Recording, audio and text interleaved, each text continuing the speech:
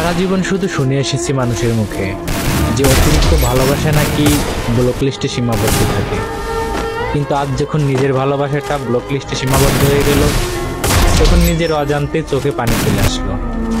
কারণ কখনো তো এমন হওয়ার ছিল না যে নিজের ভালোবাসাটাও এরকম ব্লক লিস্টে সময় সীমাবদ্ধ হয়ে যায়।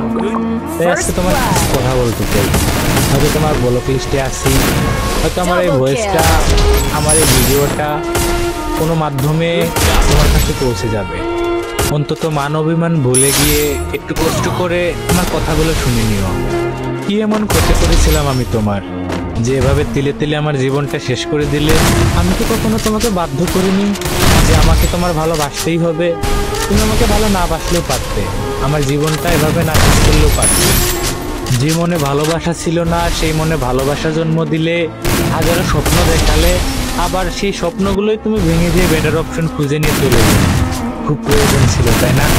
হয়তো টাকা পয়সা দিয়ে তোমাকে কিনতে পারিনি, তোমাকে ধরে রাখতে পারিনি, কিন্তু আমার এই ভালোবাসা দিয়ে তোমার জন্য যা যা করেছি, তুমি চাইলে তুমি বিয়ে করে তোমার প্রিয় মানুষটার কাছ থেকে কিছু প্রমাণ চেয়ে, যেগুলো আমি তোমাকে দিয়েছিলাম।